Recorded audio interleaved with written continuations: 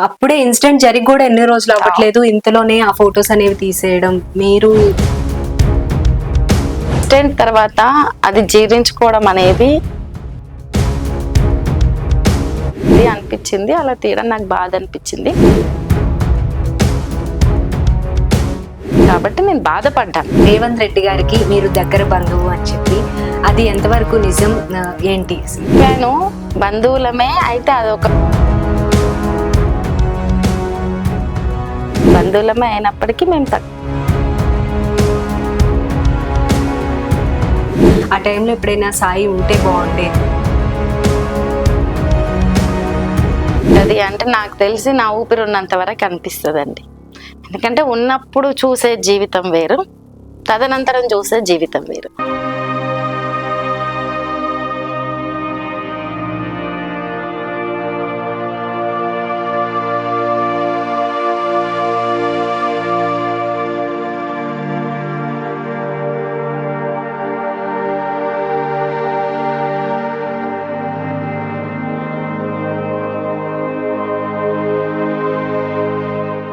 నమస్తే, welcome to Andhraprabha. నేను తేజస్వి.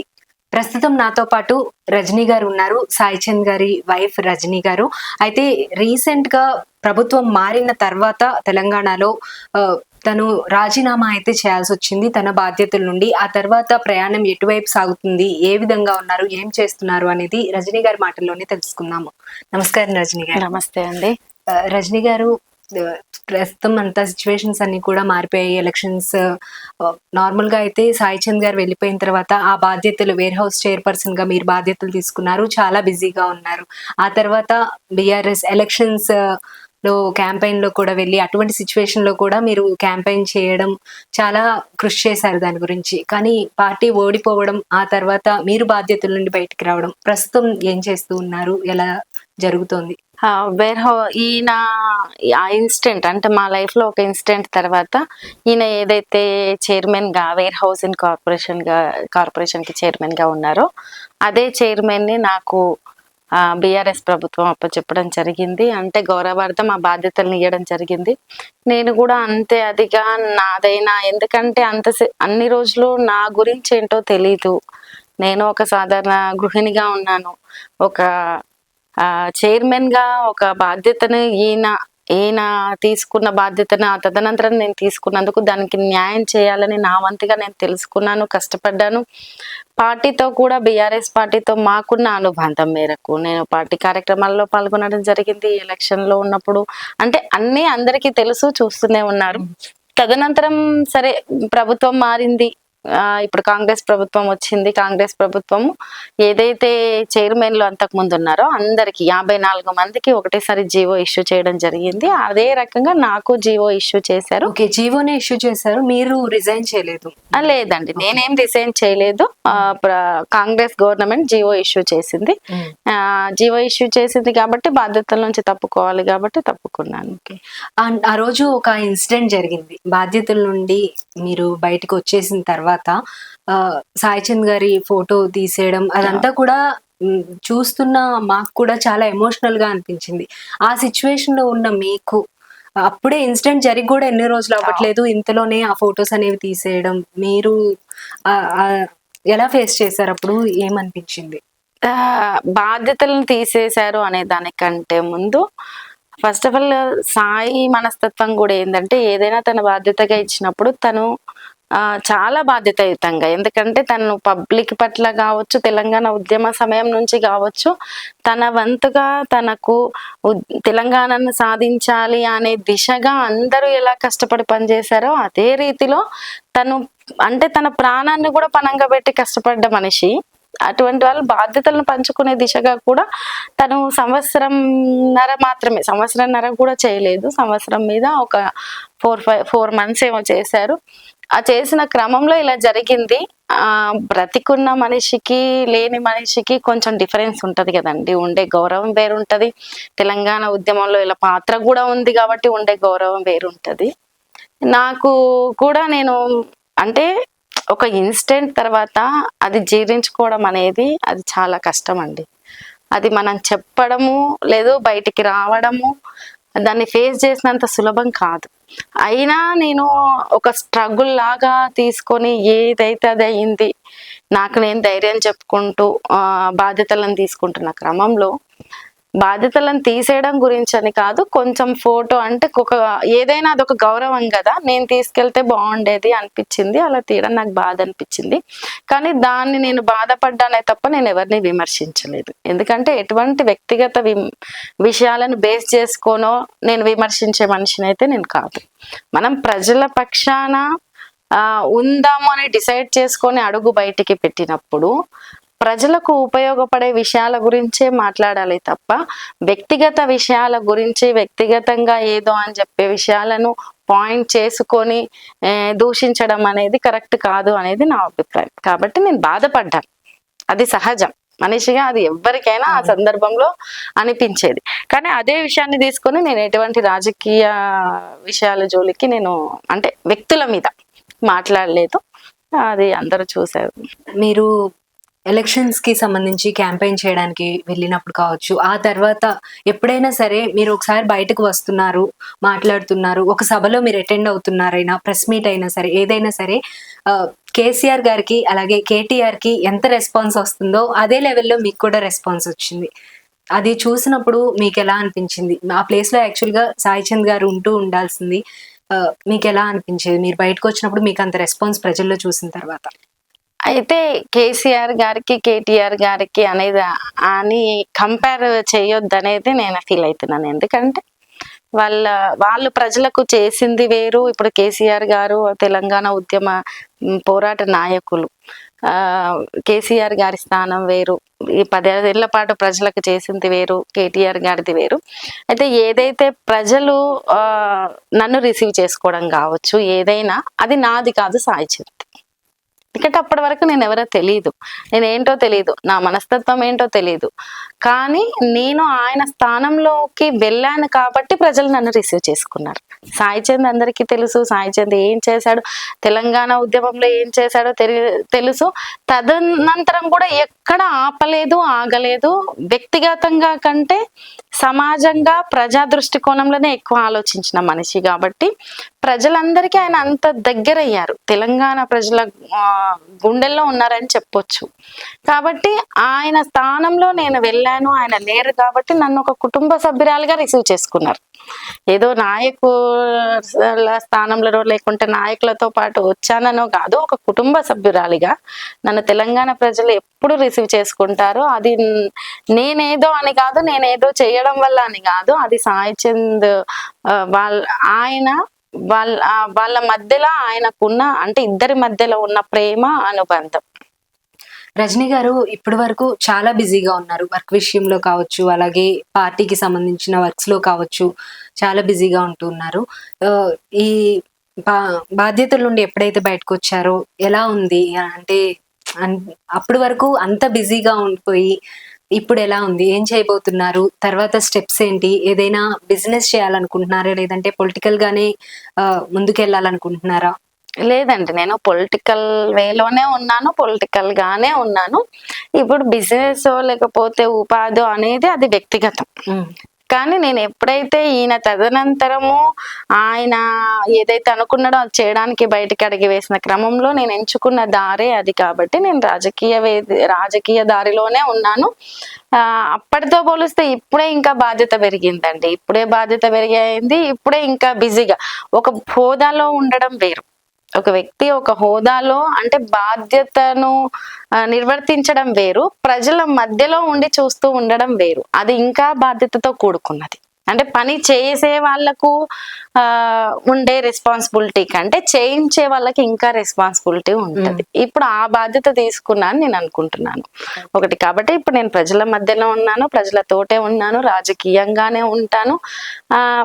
ఇప్పుడు ఇదొక దశ అండి, ఇది ప్రజలకు ఒక రాజకీయంలో రాజకీయ నాయకులకు అతి దగ్గర చేసే దశ ఇది.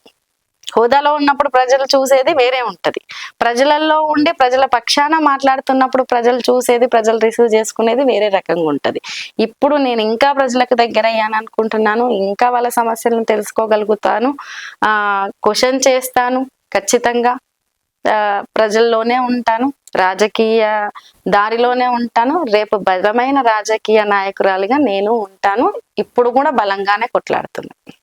రజనీ గారు, ఈ మధ్యలో జరిగిన పీరియడ్ లో మొత్తం కూడా చాలా ఫేస్ చేశారు, చాలా చూశారు. మీరు ఈ కొంచెం పీరియడ్ లోనే చాలా చూడాల్సి వచ్చింది. ఆ టైంలో ఎప్పుడైనా సాయి ఉంటే బాగుండేది నా పక్కన అని ఎప్పుడైనా అనిపించిందా? ప్రతిరోజు అనిపిస్తుందండి, సాయి ఉంటే బాగుంటది అంటే నాకు తెలిసి నా ఊపిరి ఉన్నంత వరకు అనిపిస్తుందండి. ఎందుకంటే ఉన్నప్పుడు చూసే జీవితం వేరు, తదనంతరం చూసే జీవితం వేరు. ఉన్నప్పుడు చూసే వ్యక్తులు వేరు, తదనంతరం చూసే వ్యక్తులు వేరు. ప్రతిదీ ఒకటని చెప్పలేము. మనతో ఉండే వాళ్ళు కావచ్చు, మన చుట్టూ ఉండే వాళ్ళు కావచ్చు, మన జీవితం కావచ్చు, మన ఆహార్యం కావచ్చు, వ్యవహార శైలి కావచ్చు, ప్రతిదీ మనతో వ్యవహరించే శైలి కావచ్చు. మన అనుకునే వ్యక్తి ఉన్నప్పుడు వేరు, వ్యక్తి ఆ, లేరు అని నేను అనుకోవట్లేదు కాబట్టి వాడట్లేదు. కొంచెం భౌతికంగా లేనప్పుడు వేరు. అవును. రజనీ గారు, మీరు ఇప్పుడు చెప్పినట్లు సాయి గారు ఒక మనిషి మనతో ఉన్నప్పుడు వేరు, వాళ్ళ తదనంతరం వేరు అని చెప్పారు కదా. అలానే మనం ఇంటర్వ్యూ చేసినప్పుడు కానీ బయట ప్రశంసలతో పాటు విమర్శలు కూడా కొన్ని వస్తూ ఉన్నాయి. మనం ఇంటర్వ్యూస్ లో కమెంట్స్ లో చూసుకున్నా కూడా అనవసరమైన కమెంట్స్ అనేవి చాలా మంది పెడుతూ ఉన్నారు. అవి మీ దృష్టికి వచ్చే ఉంటాయి తప్పకుండా. అటువంటివి చూసినప్పుడు ఎలా అనిపిస్తుంది? వాటిని అధిగమించి ముందుకెళ్ళడానికి స్ఫూర్తి ఏ విధంగా తీసుకుంటున్నారు? ఒక రకంగా చెప్పాలంటే నేను తక్కువే చూస్తానండి. ఓకే. కానీ విమర్శించడము అనేది ఇప్పుడు కామన్ గా నేను నా కుటుంబము, నా ఇల్లు, లేకపోతే తదనంతరం ఈ ఇన్సిడెంట్ తర్వాత ఒక ఉద్యోగం తీసుకొని ఆ జాబ్ మాత్రమే చేసుకుంటే కామెంట్ కావచ్చు, నా గురించి మాట్లాడడం కావచ్చు, వేరే రకంగా ఉంటుంది. ఇప్పుడు నేను ఒక పార్టీ తరపు నుంచి కావచ్చు, రాజకీయ వేదికలో ఉన్నాను కాబట్టి వాళ్ళకి ఏదన్నా ఉండొచ్చు, నా మీద ఎటువంటి అభిప్రాయమైనా ఉండొచ్చు, కానీ నన్ను అదే కోణంలో చూడరు, నన్ను ఒక వ్యక్తిగానే చూడరు. అంటే రాజకీయ వేదికలో ఉన్నాను కాబట్టి వాళ్ళకు నచ్చే నాయకుల్ని గురించి మాట్లాడేటప్పుడు ఒకలాగా చూస్తారు, ప్రజా సమస్యల గురించి మాట్లాడేటప్పుడు ఒకలాగా చూస్తారు. లేదు ఈమె ఏదన్నా ఎక్కువ మాట్లాడుతుంది, ఎందుకు అవసరమా అని ఒక్కొక్కలాగా మాట్లాడతారు. అది సహజము. అటువంటి విషయాలను నేను పెద్దగా పట్టించుకోదలుచుకోవట్లేదు. ఒకటి.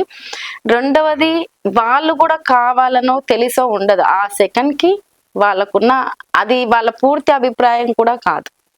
ఆ టైంకి అనిపించింది అంటారు. రేపు ఇంకొక సంఘటన జరిగినప్పుడు, లేదు రేపు ఇంకొక నేను మంచి విషయాలు ఇంకో దాంట్లో ఇన్వాల్వ్ అయినప్పుడు వాళ్ళు వేరే రకంగా స్పందిస్తారు. కాబట్టి ఈరోజు అవి మాట్లాడితే నా పక్కన ఉండి వాటిని ఎదిరించే మనిషి లేరు కాబట్టి నన్ను అధైర్యంగా ఉంటది, బాధగా ఉంటది, ఇక అనేకం ఉంటాయి.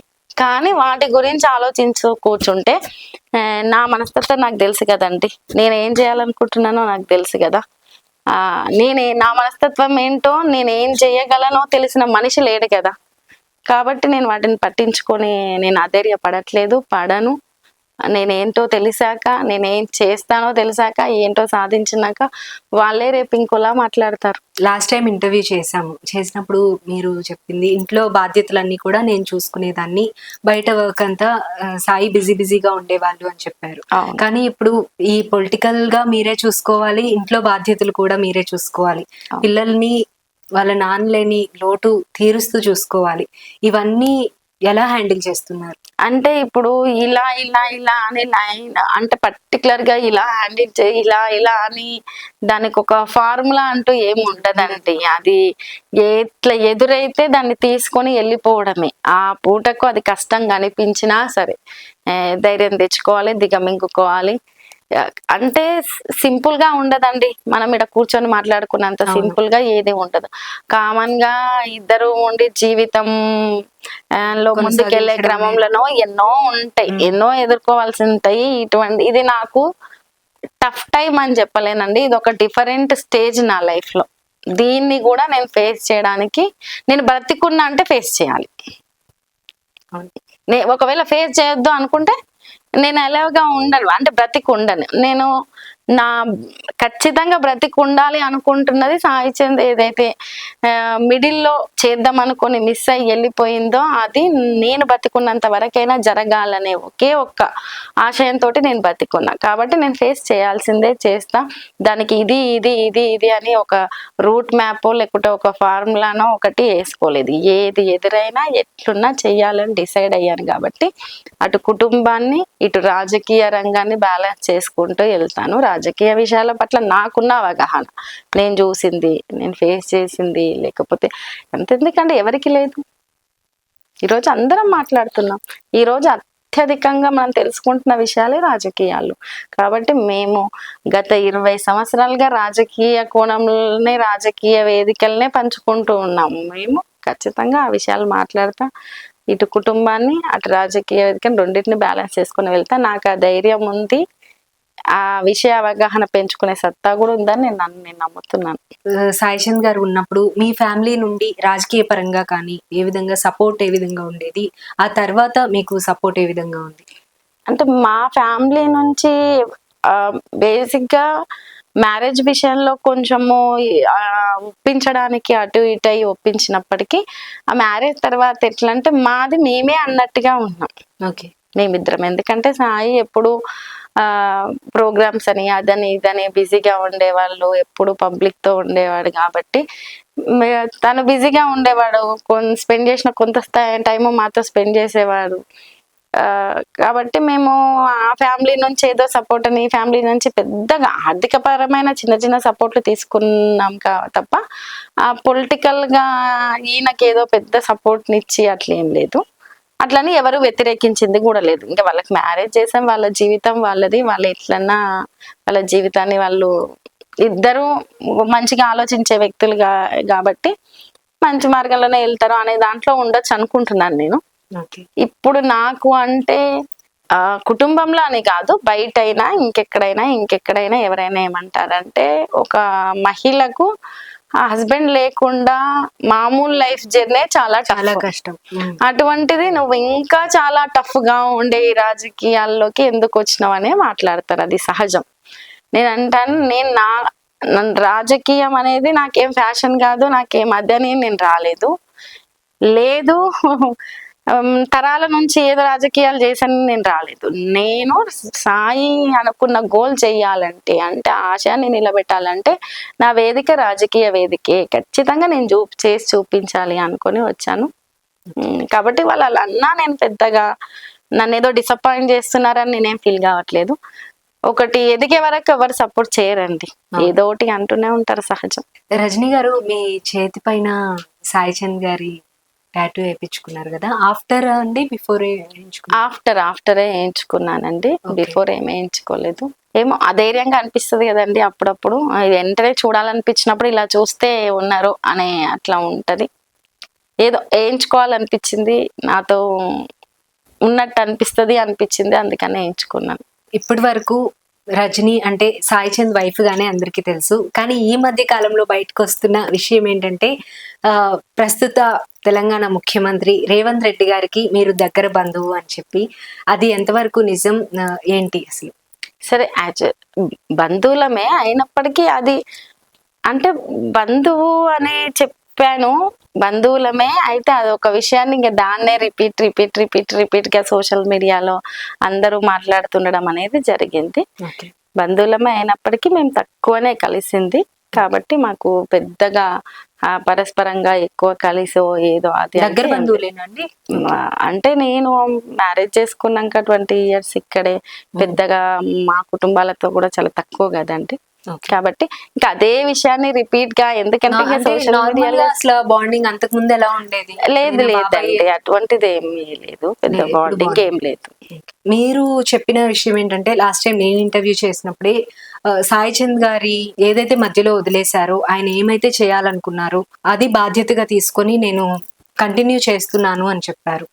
అయితే ఇప్పుడు ఆ కంటిన్యూషన్ అనేది ఒకే పార్టీలో నుండి చేయాలని గ్యారంటీ అయితే లేదు, చాలా మంది పార్టీలు మారుతున్నారు. అటువంటి ఛాన్స్ ఏమైనా ఉందా? అటువైపు ఉన్నది కూడా మీ బంధువే కాబట్టి ఒకవేళ కాంగ్రెస్ లోకి వెళ్ళే థాట్ ఏమైనా ఉందా, లేదంటే బీఆర్ఎస్ లోనే కంటిన్యూ అయ్యేది ఉందా, అసలు ఏంటి?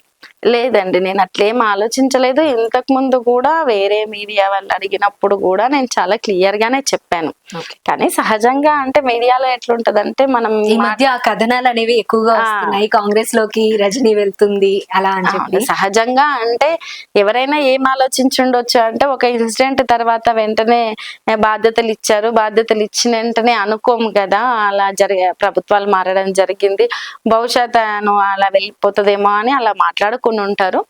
నేను ఇంతకు ముందు ఇంటర్వ్యూలో కూడా చెప్పాను. సరే, సోషల్ మీడియాలో ఎట్లా అంటే మనం మాట్లాడిన విషయం కంటే హెడ్డింగులు కొంచెం డిఫరెంట్ గా ఉంటున్నాయి, thumbnail.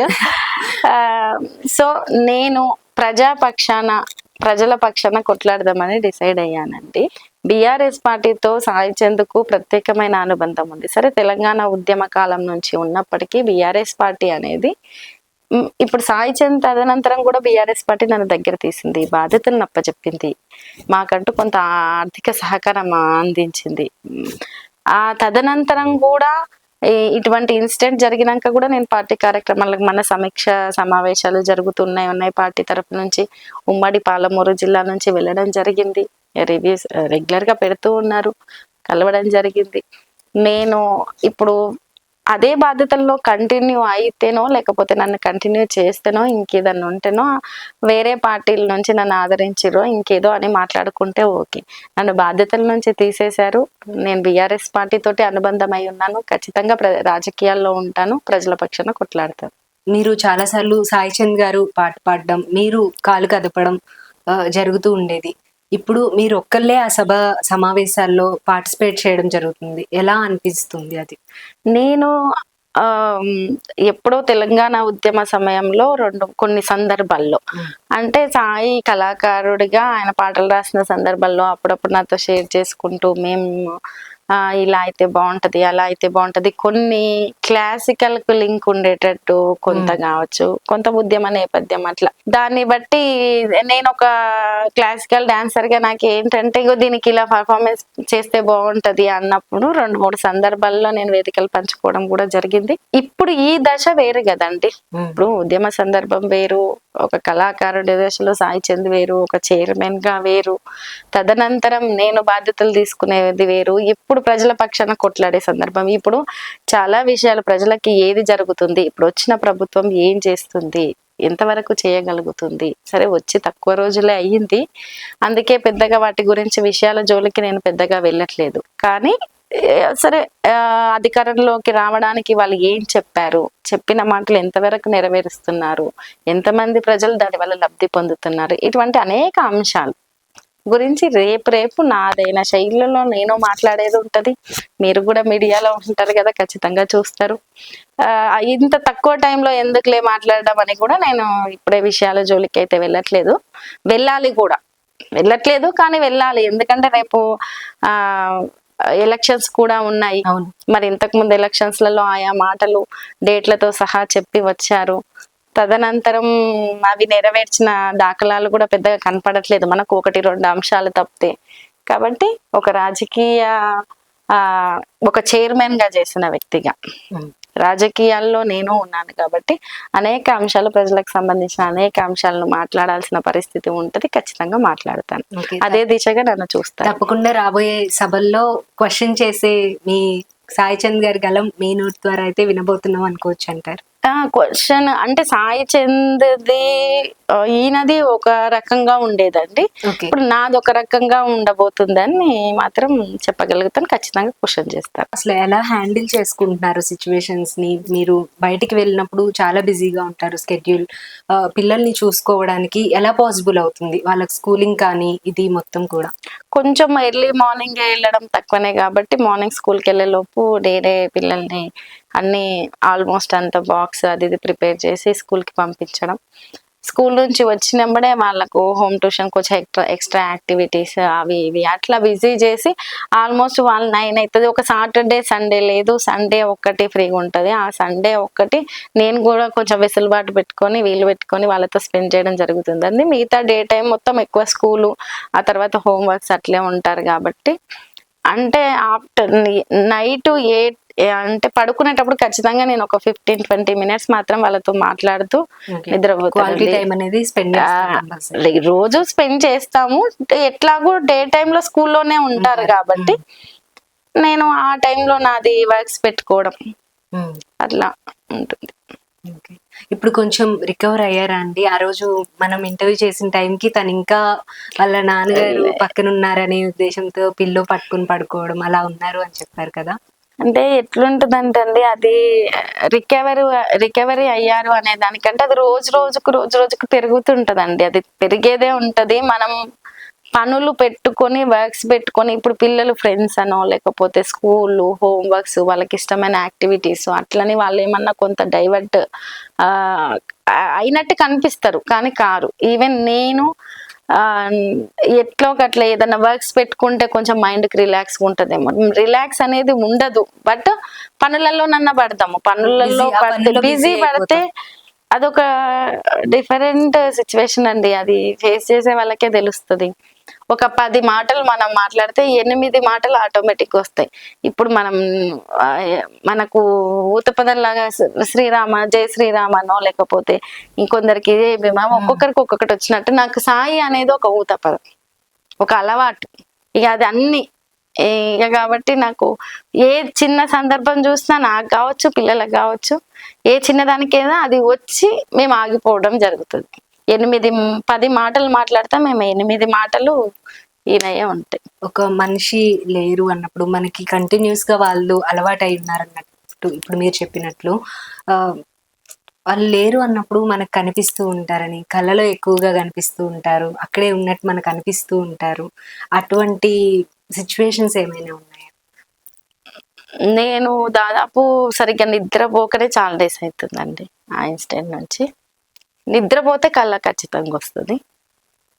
ఒక 15 రోజులకు బలవంతంగా ఇట్లా అంటే అది నేను ఇప్పుడు చెప్తే ఎక్కువ అనిపిస్తుందండి.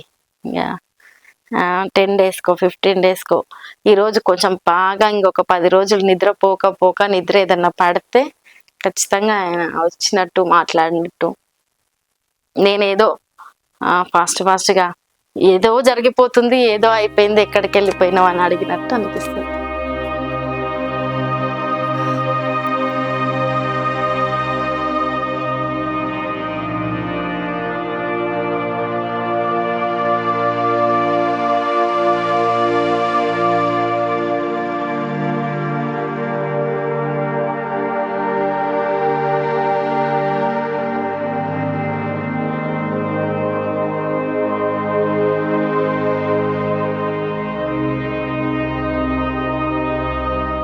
రజనీ గారు, భవిష్యత్ కార్యాచరణ అసలు ఏ విధంగా ఉండబోతుంది? ప్రజల్లోకి మీరు ఏ విధంగా వెళ్ళబోతున్నారు? ఎటువంటి ప్రణాళికలు ఏమైనా ఉన్నాయా? ఇలా వెళ్ళాలి, ఈ పనులు చేయాలి నేను అని చెప్పి. ఖచ్చితంగా అండి. ప్రజాపక్షాన ఇప్పుడు ఒక రాజకీయ వేదికలో ఇప్పుడు నేను ఒక బీఆర్ఎస్ పార్టీ తరపు నుంచి ఉన్నాను. ఖచ్చితంగా బాధ్యతలు తీసుకుంటాను. బాధ్యతలు అప్పచెప్తారు నాకు. ప్రతిపక్షంలో ఉన్నాం కాబట్టి ప్రజలకు మంచి చేసే విధంగా ఇప్పుడు ప్రభుత్వం ఏం చేస్తుంది అనే క్వశ్చన్ చేసే బాధ్యత మాది. ఖచ్చితంగా క్వశ్చన్ చేస్తాము. ఎందుకంటే ప్రజలకు అనేక అంశాలు చెప్పి అధికారంలోకి వచ్చారు. అదే కాకుండా బీఆర్ఎస్ పార్టీ ఇప్పుడు అనేక అంశాలు మాట్లాడుతూ వస్తున్నారు కదండి. అసెంబ్లీ సాక్షిగా బీఆర్ఎస్ పార్టీ విధ్వంసం చేసిందని మాట్లాడారు. విధ్వంసానికి నిజంగా తెలుగు డిక్షనరీలో అర్థం చూస్తే తెలుస్తుంది అది ఎంత భయంకరమైందో. ప్రతిపక్షంలో ఉన్నప్పుడు 100 మాట్లాడి ఉండొచ్చు, కానీ అధికార పక్షంలో ఉన్నప్పుడు చాలా బాధ్యతలు. ఇప్పుడు నేనైనప్పటికీ ఇంకెవరైనప్పటికీ బాధ్యతల్లో ఉన్నప్పుడు మాట్లాడే ప్రతి మాట చాలా విలువైనది. అది పేపర్ మీద ఉంటది, అది నోట్ అయ్యి ఉంటది. ప్రతిపక్షంలో ఉన్నప్పుడు మనం 100 మాట్లాడి ఉండొచ్చు, కానీ అధికార పక్షంలో ఉన్నప్పుడు అలా ప్రతి అంశాన్ని ఖచ్చితంగా ప్రజల ముందుకు తీసుకెళ్లాల్సిన బాధ్యతలో అటువంటి దాంట్లో మేము ఉన్నామని మేము భావిస్తున్నాము బీఆర్ఎస్ పార్టీ తరపు నుంచి. కాబట్టి ఖచ్చితంగా క్వశ్చన్ చేస్తాము. ఇప్పుడు మొన్న దావోస్ వెళ్ళిన సందర్భం కావచ్చు, పెట్టుబడులు తీసుకొచ్చే విషయాల్లో ఆడిన కొన్ని అబద్ధాలు కావచ్చు, అలా అనేక అంశాలని ఖచ్చితంగా అవన్నీ మాట్లాడేటప్పుడు నన్ను విమర్శించే వాళ్ళు ఉంటారు. అవన్నీ ఎదుర్కోవాలి, తప్పదు. ఇప్పుడు ఒక ప్రజాక్షేత్రంలో కొన్ని విషయాల పట్ల కొట్లాడాలి అనుకున్నప్పుడు అనేక అంశాలు ఎదురుదాడి జరుగుతుంది, మాటల దాడి ఎదురు దాడి అంటే నేను అనేది మాటల రూపంలో. ఆ కాబట్టి వాటన్నిటిని కూడా ఎదుర్కోవాలి. ఉమ్మడి పాలమూరు జిల్లాల్లో ఖచ్చితంగా వచ్చేసరి ఎలక్షన్ లో నాదైన శైలిలో ఈ 5 సంవత్సరాలు నేను ప్రజాపక్షంలో కొట్లాడతాను. ఆ కొట్లాడే క్రమంలో ప్రతిదీ క్వశ్చన్ చేస్తామండి. క్వశ్చన్ చేయకుండా ఏది ఉండదు. ఇప్పుడు మొన్న మహిళలకు ఇచ్చిన ఉచిత బస్సు గురించి కావచ్చు, ఆ ఉచిత బస్సు ఇచ్చే క్రమంలో మీరు ఒక వర్గానికి అంటే ఒక మహిళా వర్గానికి మీరు మేలు చేసే క్రమంలో మరో వర్గానికి కూడా అన్యాయం జరుగుతుంది కదా, దాని గురించి మీ స్పందన ఏంటి? మరి దానివల్ల ప్రభుత్వానికి వచ్చే నష్టం గురించి ఏంటి? అట్లా అనేక అంశాల గురించి, ఒకటని కాదు, నేను ఉదాహరణకు చెప్తున్నాను. రాజకీయాల్లో ప్రతి అంశం గురించి ఈరోజు ప్రజల పక్షాన కొట్లాడతాం. అదే నా దారి. ఇప్పుడు ఉచిత బస్ పథకం గురించి తీసుకొచ్చారు కాబట్టి అడుగుతున్నాను. ఈ పథకాలు అనేవి 6 గ్యారెంటీలు తీసుకొచ్చాం, వీటిని అమలు చేస్తున్నాం అని చెప్పి కొన్ని ఇంప్లిమెంట్ చేస్తూనే ఉన్నారు. వాటిపైన మీ అభిప్రాయం ఏంటి? ఎలా జరుగుతున్నాయని మీరు అనుకుంటున్నారు?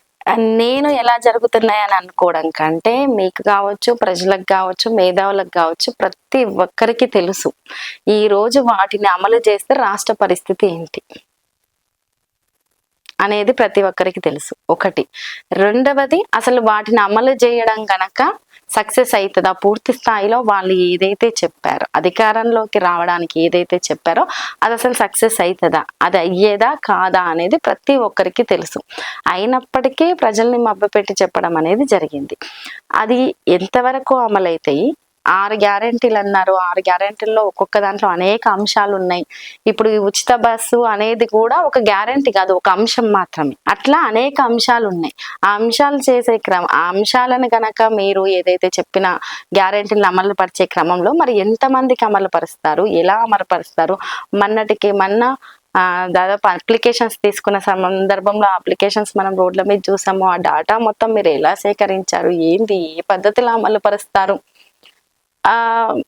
అంటే నేను ఇప్పుడే ఎందుకు మాట్లాడట్లేదు అంటే, సరే ప్రభుత్వం వచ్చి కొద్ది కాలమే అయింది కదా, చూద్దాం, వాళ్ళకంటూ ఒక ప్రణాళిక ఉంటది కదా.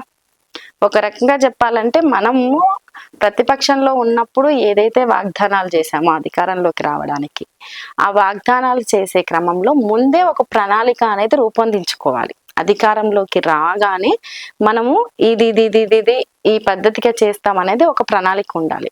వచ్చిన తర్వాత మాకు సమయం ఇవ్వండి అంటున్నారు. సరే, సమయం ఇచ్చిన తర్వాతనే ప్రజలే మాట్లాడతారు, ఏమనేది కాదు, ప్రజలే మాట్లాడతారు. ఎందుకంటే తక్కువ కాలమే అయింది కాబట్టి ఎక్కువ విషయాల జోలికి నేను వెళ్ళట్లేదు. కానీ ప్రజలందరికీ తెలుసు. సరే, ఉచిత బస్సు ప్రయాణము అంటే మీరు మహిళలకు సంక్షేమం కలిగించడానికి ఉచిత బస్సు అని పెట్టారు, సంతోషమే. కానీ దానివల్ల నిజంగానే మహిళలు సంతోషంగా ఉన్నారా? ఎంతవరకు యూజ్ అవుతుంది? ఒకటి. ఒక సంక్షేమం అనే దానికి అర్థము ఏ వర్గాలకంటే, సంక్షేమానికి మనం కొంత సెక్టార్ని సెలెక్ట్ చేస్తాం కదండి. ఏ వర్గానికి అంటే, సరే మహిళలను కూడా దాంట్లో సంక్షేమంలో ఖచ్చితంగా మహిళలకు సంక్షేమం అందించాలి. కానీ మీరు పెట్టిన సంక్షేమం అనేది పూర్తి స్థాయిలో మహిళలకు అది పూర్తిగా సంక్షేమాన్ని అందించేదా? ఒకవేళ మహిళలకు అది సంక్షేమం అందించేదైతే మరి ఏ వర్గాలకు అది నష్టం చేకూరుతుంది? ఒక సంక్షేమం అనేది ఇంకో సేమ్ సమానమైన ఇంకో వర్గానికి నష్టం చేకూరేది అయ్యి ఉండొద్దు కదా. నిజంగానే ఆటో డ్రైవర్లు ఈ రోజు వాళ్ళు ఆర్థికంగా బలపడిన మనుషులా? కాదు కదా. వాళ్ళు కూడా చితక, మరి వాళ్ళ కుటుంబాల్లో కూడా మహిళలు ఉన్నారు కదా, వాళ్ళ కుటుంబాల్లో కూడా పిల్లలు ఉన్నారు కదా. మరి ఆ వర్గాల గురించి మీరు ఆలోచించాలి కదా. ఇలా అనేక అంశాలు ఉంటాయండి. ఇప్పుడు మహిళకు విద్యను అందించండి, మహిళలకు ఉపాధిని అందించండి, మహిళలకు భద్రను అందించండి. అది కదా మహిళా సాధికారత అంటే. అట్లా అనేక విషయాలు ఖచ్చితంగా ఒకదానికొకటి ఇంటర్లింక్ అయిపోయి ఉన్నాయి. ఖచ్చితంగా భవిష్యత్తులో మాట్లాడతామండి. 6 గ్యారెంటీల గురించి మాట్లాడతాము. 6 గ్యారెంటీలే కాదు, 6 వెనక ఉన్న అనేక అంశాలు, వాళ్ళు ఎలక్షన్ టైంలో ఇచ్చిన వాగ్దానాల గురించి మాట్లాడతాము. ఏదైతే ఎలక్షన్లో లేకపోతే ప్రతిపక్షంలో ఉన్నప్పుడు ఎలా మాట్లాడుతున్నారో అధికార పక్షంలో వచ్చినాక కూడా అలాగే మాట్లాడుతున్నారో అది కూడా మాట్లాడతాం. నార్మల్గా ఒక సాధారణ వ్యక్తుల యొక్క జీవన శైలి గురించి నార్మల్గా అందరూ అనుకుంటుంటారు. కానీ నేను కొన్ని కమెంట్స్ని కూడా తీసుకొని మిమ్మల్ని క్వశ్చన్ అడుగుతున్నాను. నార్మల్గా మీరు ఇంటర్వ్యూస్ ఇచ్చేటప్పుడు కావచ్చు, ఈ లైఫ్ స్టైల్ చూసిన తర్వాత కావచ్చు, ఇంకా అంటే పొలిటికల్ లీడర్స్ లైఫ్ స్టైల్ అనేది వాళ్ళది వేరేలా ఉంటుంది, వాళ్ళకి అన్ని ఈజీగా ఉంటాయి, ఇటువంటివి వస్తూ ఉంటాయి కదా. అటువంటి వాళ్ళకి మీ సమాధానం ఏంటి? ఇప్పుడు ఒక జనరేషన్ ని మనం చూసుంటామండి, బిఫోర్ జనరేషన్ ని చూసుంటాం. ఫర్ ఎగ్జాంపుల్ అంటే నేను పొలిటికల్ లీడర్లు అని చెప్పట్లేదు. ఒక వ్యక్తి ఎదిగాడు అంటే దాని వెనక 2-3 రకాల కారణాలు ఉంటాయి. ఒకటి, తన తాతలు తండ్రుల తరాల నుంచి తనకి ఏమన్నా కొంత బెనిఫిట్ వచ్చో, లేకపోతే ఆ రకంగా ఎదిగిన వ్యక్తులు ఉంటారు. వాళ్ళు మాత్రమే కష్టపడి ఎదిగిన వాళ్ళు ఉంటారు. అలాగే రాజకీయాల్లో కూడా అందరిది ఒకటేలాగా ఉండదండి. అన్ని పార్టీల్లో ఉన్న అందరు వ్యక్తులది ఒకటేలాగా ఉండదు. ఇప్పుడు ఫర్ ఎగ్జాంపుల్ చూసుకుంటే ఈ రోజు అద్దెంకిదే కాంగ్రెస్ పార్టీలో అద్దెంకి దయాకర్ అన్న పరిస్థితి చూద్దాం. చాలా ఇబ్బంది పడుతున్న పరిస్థితే కదా, ప్రతిసారి ఏదో ఒకటి చెప్పి. కాబట్టి రాజకీయాల్లో కూడా అందరికీ అన్ని సులభంగా ఉండవు. చాలా శ్రమించే వ్యక్తులు ఉంటారు. దాంట్లో కూడా ఎన్నో ఒడిదుడుకులు, ఎన్నో వెనక్కి లాగే అనేకం ఉంటాయి. అయితే అందులో ఆల్రెడీ వాళ్ళ కుటుంబాల్లో కొంచెం రాజకీయంగా ఎదిగిన వాళ్ళు కావచ్చు, ఆర్థికంగా ఎదిగిన వాళ్ళకు కొంచెం ఈజీగా ఉండొచ్చు. అయినప్పటికీ వాళ్ళకి సామర్థ్యం ఉండాలి. కాకపోతే వ్యక్తిగతంగా ఎదిగే వాళ్ళు ఉంటారు, చాలా కష్టపడి ఎదిగే వాళ్ళు ఉంటారు. కొన్ని వర్గాల వాళ్ళకి చాలా కష్టమై ఉంటాయి. మన సొసైటీలో చాలా డిఫరెంట్ వేరియేషన్స్ ఉన్నాయండి కదండి, మనమే నిర్మించుకున్నాం కదా. ఇంకా డెప్త్ గా వెళ్తే చాలా అంశాలు ముందరికి వస్తాయి. వాళ్ళకి ఇంకా ఇబ్బంది అయ్యే ఉంటాయి. అట్లా అనేకం ఉంటాయండి. అట్లని ఒకరికి ఇలా జరిగిందని వీళ్ళకి అలా జరిగిద్ది, లేకపోతే ఈ పార్టీలో ఇలా. నేను అన్ని పార్టీల్లో మొత్తం రాజకీయ వ్యవస్థ గురించి మాట్లాడుతున్నాను. వ్యక్తికి లేకపోతే ఒకరు ఎదిగిన దానికి ఇంకొకరు ఎదగడానికి, ఒకరి లైఫ్ స్టైల్కి ఇంకొకరి లైఫ్ స్టైల్కి అట్లా ఉండదండి. చాలా డిఫరెంట్ ఉంటది. ఎవరిది వాళ్ళకే తెలుస్తుంది, ఎవరి కష్టం వాళ్ళది. నార్మల్ గా ఇప్పుడు సాయి గారు వాళ్ళ ఊరు కావచ్చు, మీది ఇద్దరిది ఒకే ఏరియా నుండి కదా. మీ ఫ్యామిలీ నుండి పొలిటికల్ గా సపోర్ట్ ఏ విధంగా ఉంటుంది మీకు? మా ఫ్యామిలీ నుండి అంటే ఉన్నది చెప్తున్నానండి. మా నాన్నగారికి అంతకు ముందు కొంచెం బ్రెయిన్ స్ట్రోక్ వచ్చింది, కొంచెం రికవర్ అయ్యారు. ఈయన ఇన్స్టెంట్ తర్వాత బ్రెయిన్ స్ట్రోక్ మళ్ళీ వచ్చింది, రికవర్ కాలేదు. ఆయన చాలా అంటే ఇబ్బందిగానే ఉన్నారు. ఇంకా మా ఫ్యామిలీ అంటే కొంచెం మా బ్రదర్స్ సపోర్ట్ గానే ఉన్నారు, పర్లేదు. వాళ్ళు అటు ఇటు కంటే ఇప్పుడు కుటుంబాల్లో ఎవరి జీవనంలో వాళ్ళకుండే స్ట్రగుల్స్ వాళ్ళకు ఉంటాయండి. ఎలా ఉంది ఏంటి అనేది. ఇది నా వ్యక్తిగతంగా నేను పడే స్ట్రగుల్. ఎంతో కొంత నాకు ధైర్యాన్ని ఇస్తారు, కొంచెం ఆర్థికంగా కూడా సపోర్ట్ చేస్తుండొచ్చు. కానీ అది ఒక చిన్న సాయం మాత్రమే. ఎవరి స్ట్రగుల్ వాళ్ళు పడాల్సిందే. ఈవెన్ 100 మంది వచ్చి మనకు చెప్పి ధైర్యం ఇచ్చినా అది ఆ పూటకే, నెక్స్ట్ పూటకి మళ్ళీ మనం అధైర్యపడతాం. ఏదో ఒక సంఘటన మనకు ఎదురు కాగానే మళ్ళీ ఏదో అనిపిస్తుంటది, లేదు ఏదైనా ఆర్థికంగా కొంచెం అటు ఇబ్బంది కాగానే ఏదో అనిపిస్తుంటది. ఎవరి స్థాయికి నాకే కాదండి, చాలా మందికి ఉంటుండొచ్చు అట్లా లైఫ్ లో. కాబట్టి అటు ఇటు కుటుంబాల నుంచి కొంచెం మాటలు చెప్తారు, ధైర్యం చెప్తారు, ఇంకా తప్పదు కాలము అంటారు. అంటే ఎవరిది వాళ్ళు మాట్లాడుతుంటారు. ధైర్యం అయితే చెప్తారు. రాజకీయంగా అంటే సపోర్ట్ ఇస్తున్నారు, ఆ సపోర్ట్ మాత్రమే సరిపోదు, ఇంకా గట్టి బలం అయితే తెచ్చుకోవాలి నేను. ఎందుకంటే రాజకీయం చాలా డిఫరెంట్ అండి, మనం మాట్లాడుకున్నంత అది కాదు. చాలా మంది అంటారు రాజకీయ నాయకుడిగా సింపుల్ గా అయిపోవచ్చు అని కొందరు అంటారు, లేదా అయిపోయిన వాళ్ళను ఉదాహరణగా చూపిస్తుంటారు. ఇదొక టఫ్ టాస్క్. అది ఉమెన్ కి ఇంకా టఫ్, హస్బెండ్ సపోర్ట్ లేకుండా ఉన్న ఉమెన్ కి ఇంకా టఫ్ అండి. ఇప్పుడు ఈ మధ్య కాలంలో ఎప్పుడైనా కేటీఆర్ గారిని కలవడం కానీ అని ఏం మాట్లాడారంటారు? మొన్న చెప్పాను కదండి, సన్నాహక పార్లమెంటరీ సమావేశాలు జరిగాయి కదా, కలిసాము. అంతకు ముందు కలిసాము. అంటే నేను పదే నా వ్యక్తిగత విషయాలను నేను అట్లా, ఎందుకంటే పార్టీ అన్నప్పుడు చాలా ఉంటాయి. ఇప్పుడు పార్టీ ఇంతకు ముందు అధికారంలో ఉండే, ఇప్పుడు ప్రతిపక్షంలోకి వచ్చింది, వాళ్ళు అనేక అంశాలు, అది పెద్ద బిగ్ టాస్క్. అధికారంలో ఉండడానికంటే ప్రతిపక్షంలో ఉన్నప్పుడు ఇంకా బాధ్యత ఎక్కువగా ఉంటది. పార్టీలో కూడా చాలా మంది ఉంటారు, అనేక వ్యక్తులు, వాళ్ళందరినీ కోఆర్డినేట్ చేసుకొని మాట్లాడుతూ అనేక అంశాలని ప్రతి విమర్శల్ని అన్నీ ఉంటాయి కదా ఎన్నో. కాబట్టి పదే పదే నా వ్యక్తిగతంగా విషయాలను నేనేం డిస్కస్ చేయలేదు. కాకపోతే నేను డిసైడ్ అయ్యాను, అంతకు ముందే నాకు బాధ్యతలు ఇచ్చారు, సరే హ్యూమానిటీ యాంగిల్స్ అనేవి రాజకీయాల్లో ఉంటాయా ఉండవా ఇవన్నీ నేను పెద్దగా ఆలోచించలేదు. జీవో ఇష్యూ చేశారు కాబట్టి నేను పక్కకు తప్పుకున్నాను. నేను రాజకీయాల్లో ఉండాలని నేను డిసైడ్ అయినా కాబట్టి నేను కొట్లాడదలుచుకున్నాను. స్ట్రాంగ్ గా అయితే ఉండాలి అని డిసైడ్ అయ్యారు. నేను ఉన్నాను ఆల్రెడీ, నేను అడుగు బయటకు పెట్టిన రోజు నుంచే ఉన్నట్టు. ఈ రోజు బాధ్యత ఇయ్యంగానే కూర్చొని రాజకీయాలు చేస్తాను, లేదు నా భర్త ఆశంది ముందుకు తీసుకెళ్తాను, లేదు పదవి తీసి పక్కకి పెట్టంగానే లేదు ఇలా ఉండను అట్లా కాదు కదండి. ఒకసారి ఒకటి డిసైడ్ చేసుకున్నాము అంటే మీద నిలబడాలి, లేకున్నా కొట్లాడాల్సిన బాధ్యత ఉంది, కొట్లాడతాను. ఫైనల్ గా తెలంగాణ ప్రజలకి మీ మాటల్లో ఏం చెప్పాలనుకున్నారు?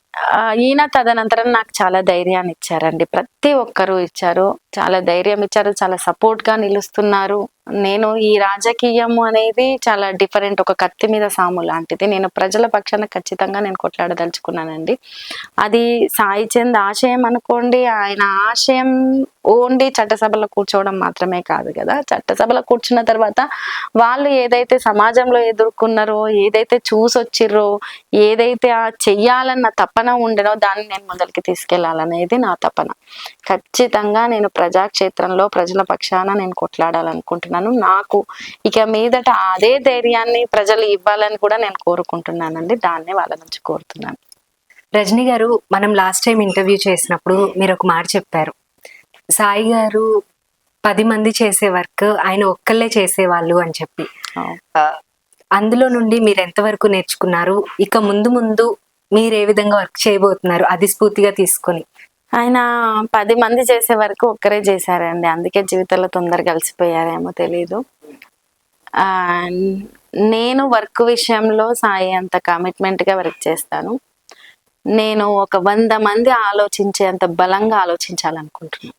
ఫస్ట్ ఆలోచనకు పదును పెడితే పని ఖచ్చితంగా చేయగలుగుతాం. ఈ దాంట్లో ఆలోచన అనేది చాలా ఇంపార్టెంట్. అంటే ప్రజలకు ఏది మంచి, ఏది చెడు, ఏది అంటే ప్రజలు అంటే నేనేదో పెద్ద అధ్యయనం నేను మాట్లాడట్లేదు. నేను పబ్లిక్ లో కొట్లాడదలుచుకున్నాను కాబట్టి నా ఆలోచన చాలా బలంగా ఉండాలి. ఏది కరెక్ట్, ఏ విషయము, ఆ విషయము ఫస్ట్ ఒక్క విషయాన్ని 100 బుర్రలు అంటారు కదా, ఒక్కొక్కరు ఒక్కొక్కలాగా ఆలోచిస్తారు. దాంట్లో నుంచి ప్రతి ఆలోచన నుంచి తీసుకొని పుట్టేదే మరో కొత్త ఆలోచన. కాబట్టి ఏది కరెక్ట్ కాదని కరెక్ట్ నేను అలా అనాలిసిస్ చేయగలగాలి అంటే నేను 100 మంది బ్రెయిన్లు ఎలా ఆలోచిస్తారో అలా ఆలోచిస్తే గాని శక్తివంతంగా పనిచేయలేను. కాబట్టి నేను అలా పనిచేద్దాం అనుకుంటున్నాను. సాయి కంటే బలంగా పనిచేస్తాను. సాయి కంటే బలంగా పనిచేస్తాను అంటే బలంగా పాడలేను, బలంగా చెప్పగలనో లేనో నాకు తెలియదు, కానీ బలంగా మాత్రం నా గొంతు వినిపిస్తానండి.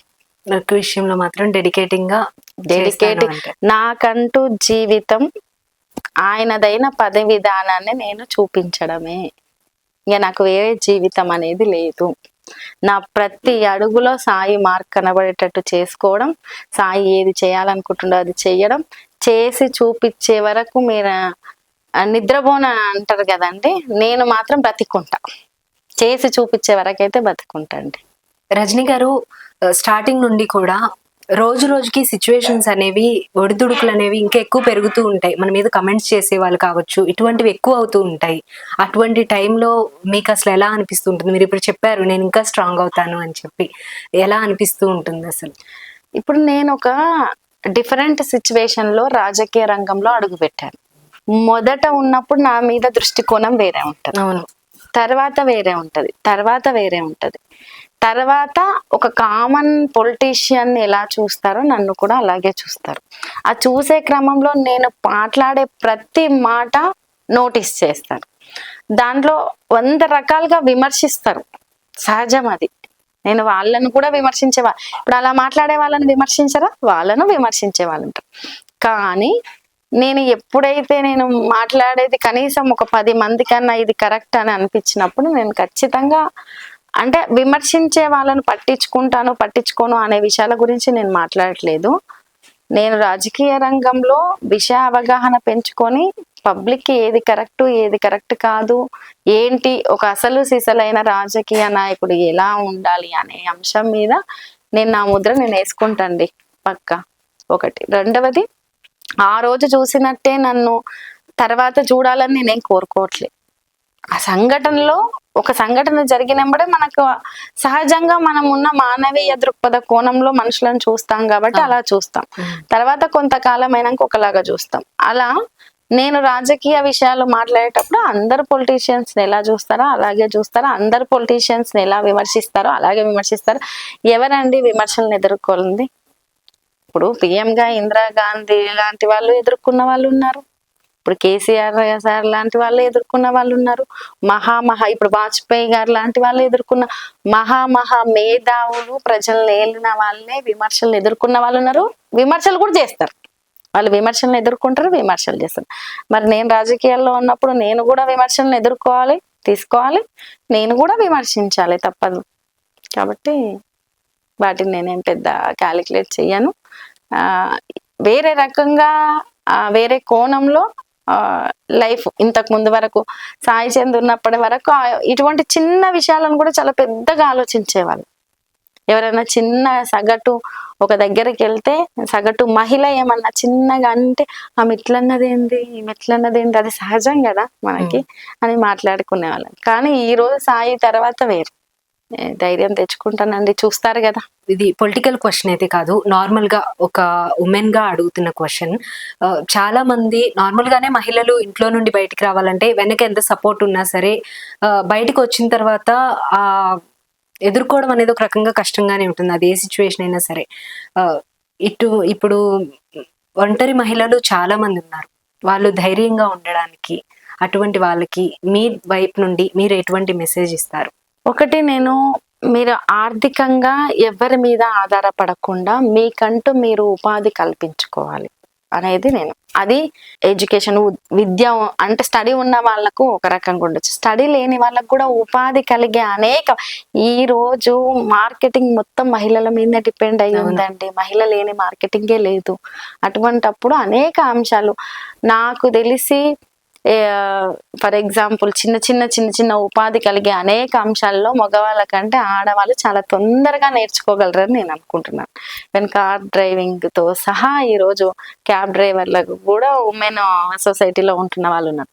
కాబట్టి ఫస్ట్ విద్య, నాలెడ్జ్ అనేది చాలా అవసరం. ఎందుకంటే మనం సొసైటీని అర్థం చేసుకోవడానికి అది మనకు ఉపయోగపడుతుంది. నేనేదో దానివల్ల మనం ఫైనాన్షియల్ గా సెటిల్ అవుతాము, ఇంకేదో అవుతాం అంటలేదు. సొసైటీని లేదు మనకు ఎదురైతున్న సమస్యను మనం ఏ రకంగా ఆలోచించగలము అనే దానికి ఒకటి ఉపయోగపడుతుంది. రెండవది, ఉపాధి అనేది మనం క్రియేట్ చేసుకోవాలి లేనప్పుడు. మూడవది, ఆర్థికంగా ఎవరి మీద ఆధారపడద్దు. నాలుగవది, ఎటువంటి సిచ్యువేషన్ వచ్చినా, ఎటువంటి సందర్భం వచ్చినా నీ నుంచి నువ్వు బలహీనురాలు అయ్యేంత వరకు నిన్నెవరు బలహీనపరచరు. నువ్వు చాలా బలమైన వ్యక్తివి, చాలా శక్తివంతురాలు అనేది నీ మాటలో, నీ ప్రవర్తనలో, నీ బిహేవింగ్ లో కనిపించే వరకు నిన్నెవ్వరు దాన్ని ఏ రకంగా చెప్పాలో నాకు అర్థం కావట్లేదు, కానీ నిన్నెవరు తక్కువ చేయరు. కాబట్టి వస్తాయి, చాలా ఉంటాయి.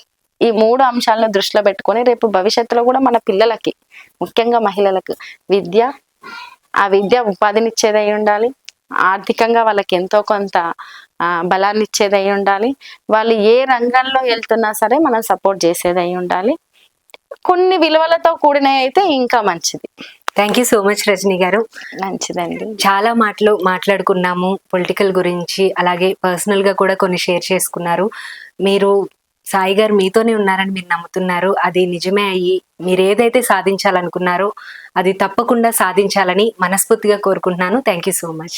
థ్యాంక్ యూ అండి, మీకు కూడా చాలా మంచి సపోర్ట్ ఇచ్చారు. Thank you. సో ఇది ఇవాల్టి స్పెషల్ ఇంటర్వ్యూ రజనీ గారితో. మరో ఇంటర్వ్యూతో మళ్ళీ కలుద్దాము. తను ఒక గోల్ తో అయితే ఉన్నారు, తప్పకుండా నేను సాధించాలి, ప్రజల్లోకి వెళ్ళాలి అని చెప్పి క్వశ్చన్ చేస్తాను, నేను చేయాల్సినవన్నీ కూడా నేను చేస్తాను, చేయాలనుకున్నది తప్పకుండా సాధిస్తాను అని చెప్తున్నారు. ఇంకోవైపు మహిళల గురించి కూడా ధైర్యంగా ఉండాలి అని చెప్పి, అలాగే మహిళలు ఫినాన్షియల్ గా ఇండిపెండెంట్ గా ఉండాలి అని చెప్పి కూడా చెప్తూ ఉన్నారు. సో రజనీ గారు ఏదైతే అనుకున్నారో అది తప్పకుండా సాధించాలని మనస్ఫూర్తిగా కోరుకుంటున్నాను. Thank you so much. Keep watching Andhraprabha.